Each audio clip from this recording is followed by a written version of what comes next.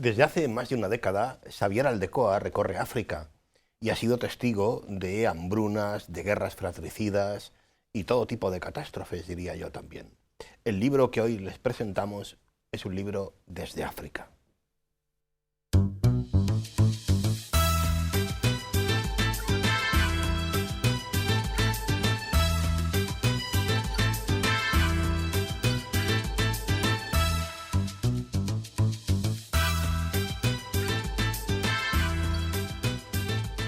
Saludos amigos, bienvenidos a una edición más de 49 o más, el programa en el que les invitamos cada semana a leer un buen libro, libros que nos parecen interesantes por su autor, por sus historias. En definitiva, nos ayuda en esta tarea un buen amigo, Antonio Rubiamuga. Bienvenido, Antonio. Muchas gracias. Venimos con un libro, yo creo, de aventuras, de viajes. Es un libro que ya hemos hecho alguno del mismo autor. Y es un libro yo creo que no te deja indiferente por nada. Como yo creo que no te deja indiferente África, ¿no? Que es un lugar, un continente, yo creo, apasionante, que no deja indiferente a nadie que lo haya visitado, ¿no? En definitiva, bueno, en este caso Xavier Aldecoa, que es el autor, es un apasionado de África, ¿no? Sí, Xavier Aldecoa, nacido en Barcelona en el año 1981, cuando uno lee sus libros parece que estamos hablando de una persona ya mayor y nada más lejos de la realidad, corresponsal de La Vanguardia, lleva más de 10 años de corresponsal. Interesante porque él dice que es un enamorado de África y de su gente, si así lo plasma en los 3 títulos que hasta ahora ha publicado: Océano África, Hijos del Nilo e Indestructible, que ya hemos hablado en algún programa de él.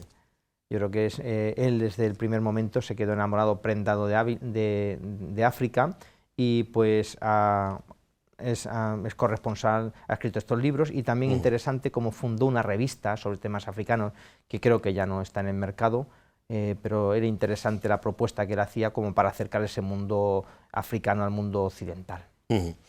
Bueno, este es un recorrido, el que proponemos en este libro, por algunos países de África. Vamos a ver si podemos hacerlo lo más completo posible, para invitar a las personas que nos veis a leer este libro tan interesante.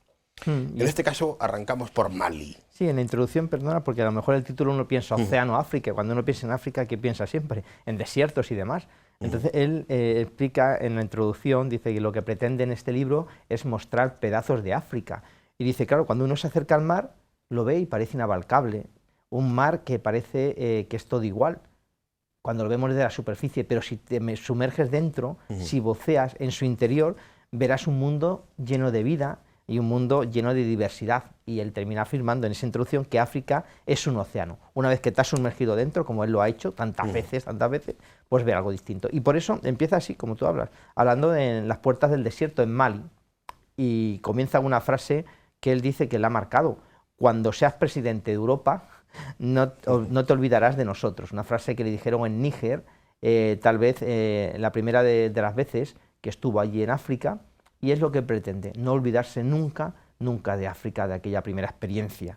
Y empieza hablando precisamente de Mali, habla de cómo recorrió el río Níger en uno de los grandes medios de transporte de aquel río, que es una pinaza. Una pinaza es una canoa, supongo que bastante rudimentaria, de 15 metros de larga por 3 metros de ancha, que les sirve pues para recorrer ese río, y pretendiendo llegar a esa ciudad tan conocida por todos nosotros. Te iba a decir que dan ganas de conocer, ¿Sí? O sea, leyendo lo que dice Aldecoa, dan ganas de conocer Tombuctú. Sí, dan ganas de conocerlo, como tantos a lo largo de la historia, esa ciudad que él habla de que fue el dorado africano, esa búsqueda del oro, una ciudad repleta de ese metal precioso, una ciudad repleta de belleza, una ciudad también, él habla que es la puerta al gran desierto, que tan llena de leyendas para los navegantes del siglo XIX, y cómo hubo una carrera entre franceses y británicos para descubrir Tombuctú,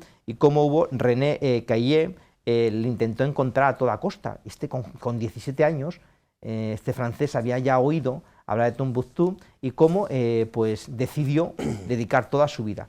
Y tal vez logró lo que otros pretendieron, porque dedicó el comienzo de su estancia en África a estudiar el árabe, claro, algo que otros no habían hecho. Claro. Estuvo en Senegal durante un tiempo aprendiendo el árabe, y de ahí pues se adentró en ese maravilloso mundo donde él en su diario iba contando en 1830, iba contando todo, y donde dice que destacaba la hospitalidad de sus gentes es infinita. Pues también siguiendo a esos grandes exploradores africanos del siglo XIX, se adentró en otro autor en el año 2002, fue cuando se adentró en esa búsqueda de Tombuctú. Bueno, vamos a avanzar porque no sé si nos va a dar tiempo, que vamos regular. El Congo. El Congo, que es otro lugar realmente impresionante. En este caso yo diría por mucho sufrimiento, ¿no? Mucho sufrimiento con el que él se encuentra, aunque haya también lugares ciertamente apasionantes. Sí. ¿No? A orillas del lago Kivu, en Goma, que es una ciudad, él habla de, claro, también desmitifica aquello sobre el Congo, dice, era verde, azul, ocre y de 1000 colores, no era el corazón de las tinieblas, el corazón de las tinieblas de Conrad, que habla sobre el Congo. Claro, hay otras circunstancias, evidentemente, que hemos hablado aquí en algún libro de ello. Entonces, se adentra en ese gran país buscando esas minas ilegales que hay por todo el país.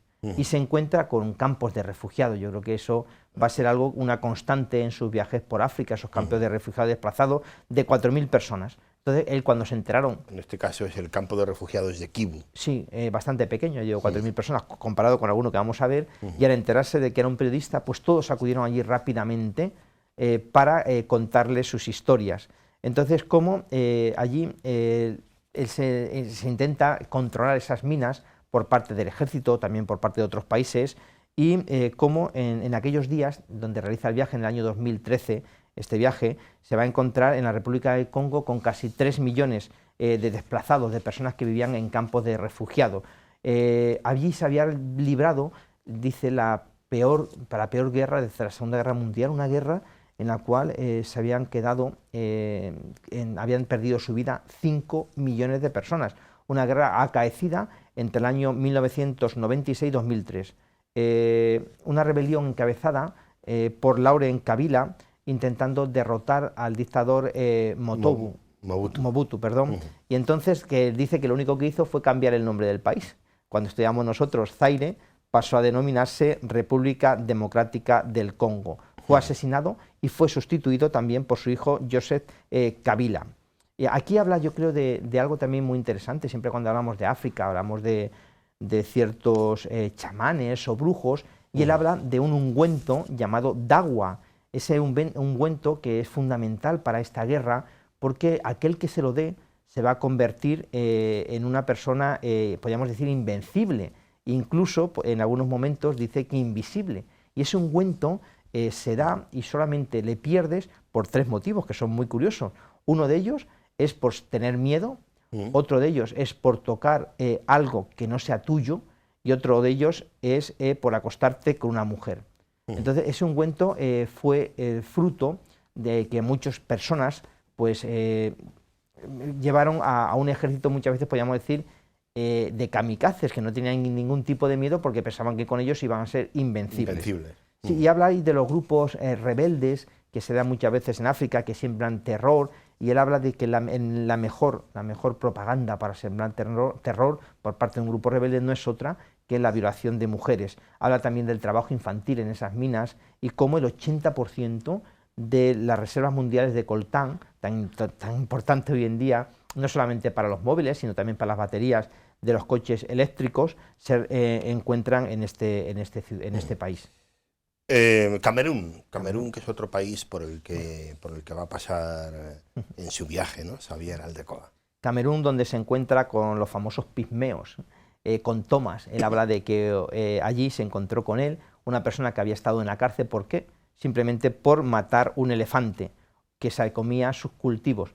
Es interesante cómo él habla de la reserva natural en la cual ellos viven, que muchas veces les prohíben actualmente matar la fauna salvaje. ¿Y de qué va a vivir esa gente si siempre ha vivido así?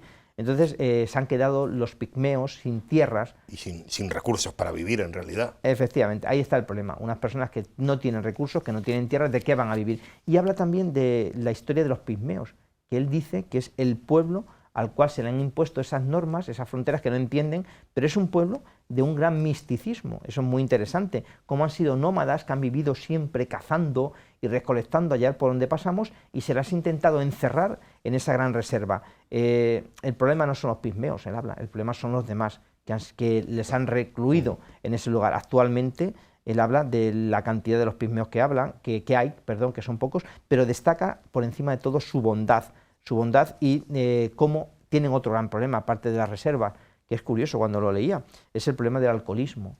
Se venden pequeñas monodosis de alcohol barato, que eso les ha llevado a ellos como una manera de refugio ante esa imposibilidad de expandirse y de seguir viviendo como han vivido a lo largo de miles de años. Avanzamos en nuestro viaje hasta Kenia, en concreto, un lugar impresionante, donde él va a contar algunas cosas. Bueno, te doy pie primero a ti. Es importante, yo creo que ya no te encuentras muchas veces con esa dura realidad de África, que sí, que es desconcertante, que nos llama la atención, pero este capítulo habla de ese bebé que estaba muerto, un bebé que estaba muerto a 15 metros nada más de un almacén de Naciones Unidas, muerto de hambre, muerto de sed, y un almacén, por falta de medicinas, completamente lleno de todo. Entonces él habla de el gran éxodo que se ha dado últimamente en África, desde las llanuras de Somalia. Él se sitúa en julio del año 2011, donde ese gran cuerno de África, que es Somalia, muchas personas huían de Somalia, lo tenemos en el mapa, debido a la violencia, debido al caos en su país y sobre todo a una sequía que llevaba 24 meses, 2 años, sin caer una sola gota de agua. Y esos refugiados llegaron, hablábamos antes de un pequeño campo de refugiados en Kivu, ahora al gran campo de refugiados de Dadaab. Es un campo que, para que nos hagamos una idea, ahí le tenemos, que está preparado para 90.000 personas y actualmente, cuando él escribe el libro, se están rondando el 500.000 de personas.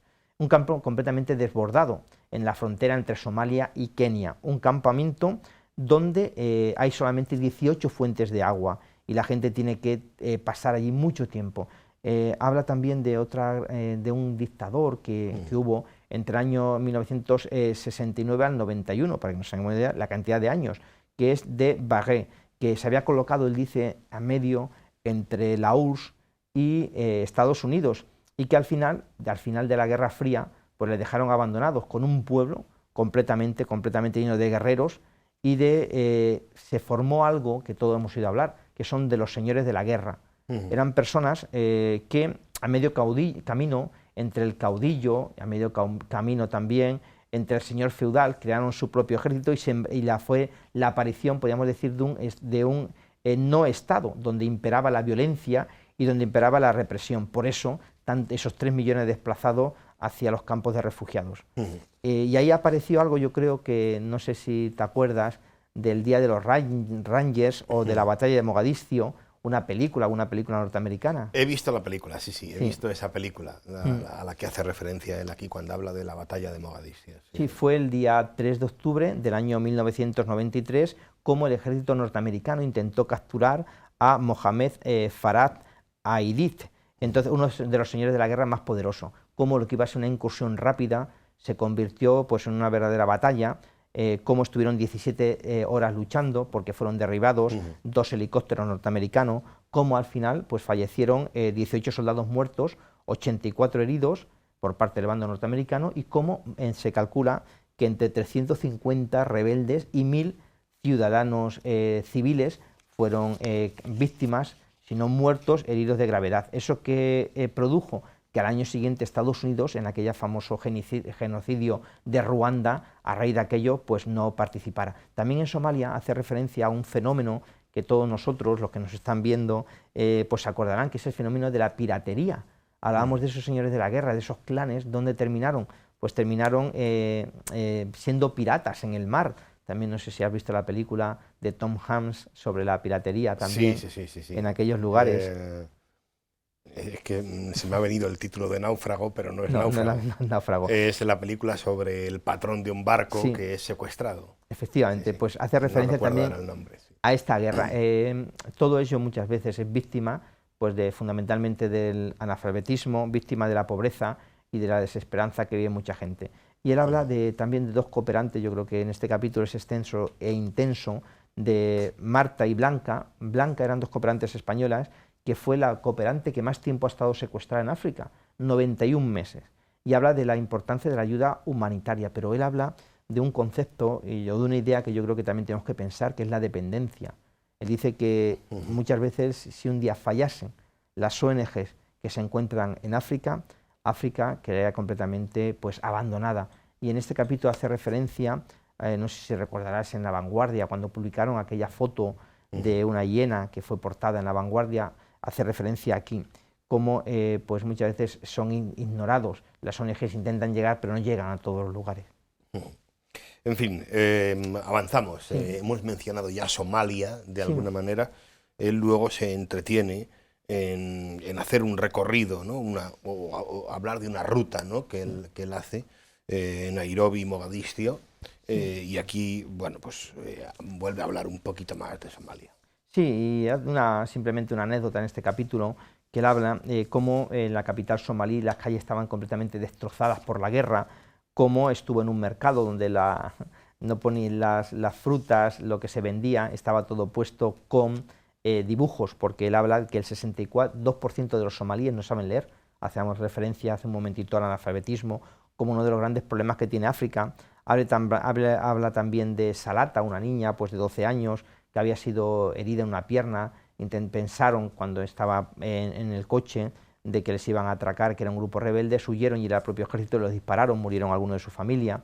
Y habla de una anécdota muy curiosa, que este capítulo se titula Sueños de Zidane y de Puyol, como en un edificio abandonado, derruido, había unos niños y habían dibujado en una pared pues, un campo de fútbol, y cómo habían puesto en la delantera de aquel famoso tridente de Eto'o, Deco y Ronaldinho, y cómo en la defensa puso a Puyol, y entre Puyol y el tridente que él habla había puesto a Zidane como miembro del mismo equipo. Algo curioso, bueno, y hace también como las pintadas que había allí junto a eso, pintadas de chavales con metralletas. La guerra convive con esas ilusiones de los chavales. Terrible. Sudán es otro país también que forma parte de este recorrido tan interesante. Sí, y parte también de una anécdota que yo creo que los que hemos estado en algunos lugares, no sé si tú lo has vivido, yo creo que sí conmigo, el cambiar dinero cuando sales fuera, aquí en Europa hoy en día no es necesario, pero allí sí. Entonces, como el cambiar dólares en plena calle, como él dice que es la mejor manera de confraternizar con los compañeros periodistas, ¿dónde se pueden cambiar dólares? Y él habla que un día, pues precisamente en Sudán, fue a cambiar dólares, pero antes había cambiado en el aeropuerto, en los baños del aeropuerto de Rabat, francos cefas que luego no le servían, porque se daba cuenta de que estaba en el centro de África. Bueno, ahí no es que le timaran, pero bueno, él supongo que los guardaría. Y en este caso, pues se intenta cambiar, y cómo pues uno le rodean 5 o 6 chavales cambiándole, y como una vez que decía que tenían que ser dólares posteriores al año 2006, porque los anteriores eran fácilmente falsificables.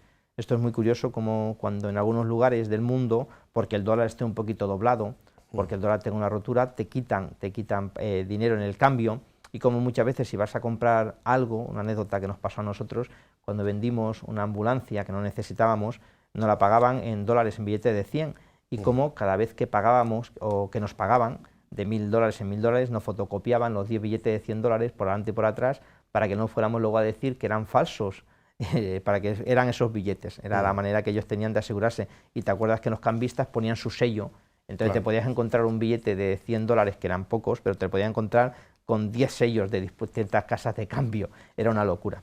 Entonces allí cuenta esta anécdota como pues, al cabo de cambiar el $120 nada más, a los 200 metros llegan los chavales a decirle que se habían confundido y tal, y apareció un señor. Este capítulo titula El hombre del traje gris, como aquella famosa canción de Sabina. Entonces aparece un señor y dice, no, el cambio está bien. Y él le dice, bueno, ¿y cómo a ti te han hecho caso y a mí no? Dice, porque yo soy de su misma etnia y aparte de eso yo soy un hombre con estudio. Sabes que no les iba a engañar. Entonces la importancia también, decíamos, de la educación, cómo se fiaban de un hombre con estudio, con educación. Bueno, una última reflexión, ya para terminar, Antonio, sobre un fenómeno que quizá mucha gente a lo mejor no conozca tanto en relación con África o no lo sospeche, porque sí que lo vemos aquí, por ejemplo, en Europa es evidente, pero en relación con África no tanto. Él hace una última reflexión en un capítulo que él ha titulado Chináfrica, para reflexionar sobre cómo esta potencia mundial que es China, pues también le interesa África y también está en África, ¿no? En este viaje, para hacerte una reflexión que yo creo que es muy, muy interesante y sobre todo iluminadora, que es un fenómeno que no quedamos en la cuenta, se va a Gabón y allí, como dice, bueno, sobrevuela una vasta extensión de selva en la cual solamente se ven las copas de los árboles, algún pequeño río, y como dice, es imposible que esto es inexplicable, no haya sido todavía, podríamos decir, devastado por el ser humano. Y llega a la capital de Gabón, a Franceville, donde en el año 1880 el explorador francés Pierre Savognin de Brassa pues, fundó aquella ciudad para los esclavos libres. Yo creo que es muy interesante la fundación. Y cómo allí le recogió, dice, llegamos y nos recogió una furgoneta de una empresa china, la mayor hidroeléctrica, y cómo, dice, hay una serie de revoluciones en África de las cuales a lo mejor no somos conscientes. Y una gran revolución es la demografía en África. Una África que actualmente pasa de los 1.000 millones. Él habla de que en el año 2050 ya van a ser 2.000 millones y al final de la década, de la centena, llegarán en el año 2100 a 3.000 millones de africanos. Entonces, eso es una gran revolución.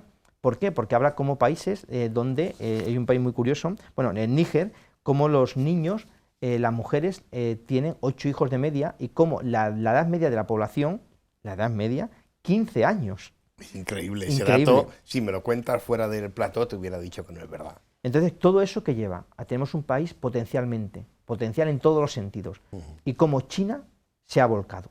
En primer lugar, en el mercado. ¿Quién te iba a decir a ti que 313 millones de africanos actualmente son potenciales consumidores? Porque manejan ya entre 2 y 20 dólares diarios, lo cual les permite guardar parte de ese dinero para ya consumir.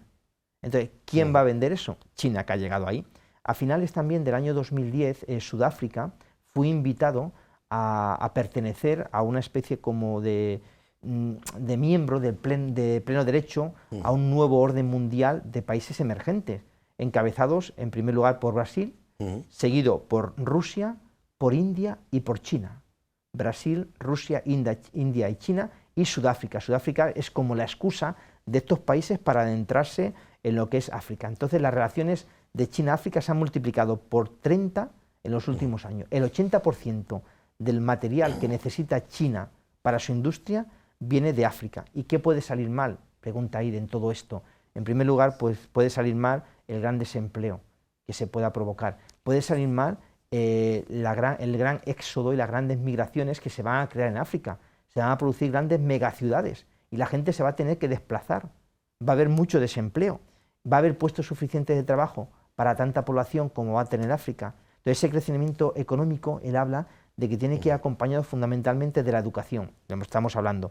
Entonces, cómo los chinos van a África, hay más de 1 millón de chinos en África ya trabajando, pero como muchos ya se quedan luego a vivir en África. Entonces, va a hablar de que dentro de poco tiempo vamos a tener la primera generación de chinos realmente africanos. Y habla de la fuerza del factor humano de esto. Entonces, al final, ¿qué? Estamos hablando de adentrarnos en el mercado mundial, como pasó con Asia en los años 60 y 70, o estamos hablando de una nueva colonización como fue en el siglo XIX. Lo dejamos ahí, yo me inclino más por lo segundo. Bueno, esto ha sido todo, amigos. Esta es la propuesta que les hacemos hoy. Océano África, un libro apasionante, la verdad, de Xavier Aldecoa. Cerramos el programa con un texto que escoge Antonio de este libro. Hablábamos antes de los pigmeos como ese pueblo con una profunda vida interior, y lo pone aquí de manifiesto este texto que vamos a leer. Pese a la visión primitiva que rezuman los reportajes y fotografías que llegan a Occidente, tienen una cultura desarrollada que va mucho más allá de las vestimentas con pieles de animales, las chozas de hojas de palmera seca o los pies descalzos. Me había ocurrido otras veces. La sencillez de las costumbres y el modo vida de algunos pueblos africanos, que en algunos casos roza la pobreza y avanza al margen de la civilización o la modernidad, se suelen confundir con un supuesto atraso cultural. No es así. Si se mira más allá del prejuicio occidental de considerar los pueblos primitivos, se descubren culturas de una sofisticación social y ética admirables. En Botswana, los boscamianos, o San del desierto del Kalahari, se reúnen cada noche para explicarse cuentos tradicionales de una complejidad impresionante. No son fábulas para niños, son historias que llevan 20.000 años mareándose al calor de las fogatas. Mi preferida es la historia del lince y el corazón del alba, una historia de amor entre el animal y las estrellas que es en realidad una metáfora maravillosa, llena de símbolos y recursos literarios sobre cómo el tiempo va borrando de la memoria a los seres más queridos. Es la forma de los San de explicar a sus hijos y familiares qué es el Alzheimer o la demencia senil.